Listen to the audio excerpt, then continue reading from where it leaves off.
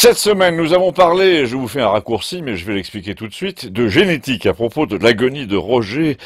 Et ceux qui suivent régulièrement vont penser, ah oui, je comprends, c'est parce que Roger est très célibataire et qu'il y a un type nommé Frédéric, la cinquantaine, à grandes épaules, a l'air un peu bourru, qui dort dans la chambre d'à côté et qui dit depuis le début, on est né comme ça, on n'y peut rien.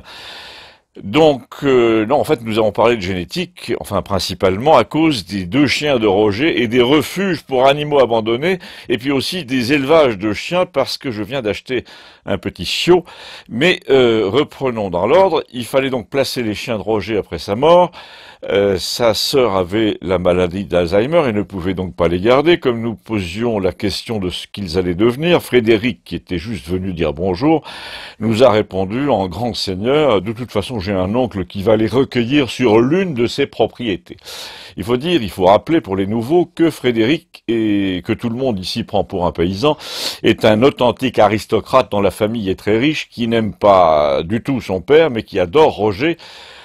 Et c'est lui qui a relié ce que nous disions de la génétique avec ce qu'il était en train de vivre, car au début, je le répète, nous ne parlions que de chiens.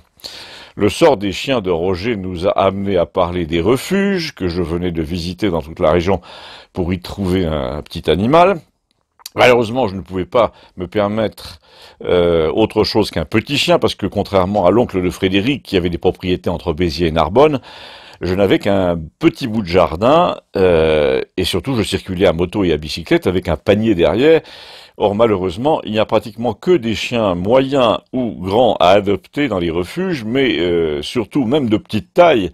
Un chien de 4 ans aura du mal à apprendre à rester dans une caisse à l'arrière de la moto. Tout ça pour dire, et je leur ai dit, que j'ai choisi un petit chien de même race que le précédent, et je le leur ai présenté, mais la suite vous la saurez et vous la verrez, et vous le verrez d'ailleurs lui-même, si vous consentez à nous rejoindre comme d'habitude en zone libre en cliquant sur l'un des 3 liens ci-dessous.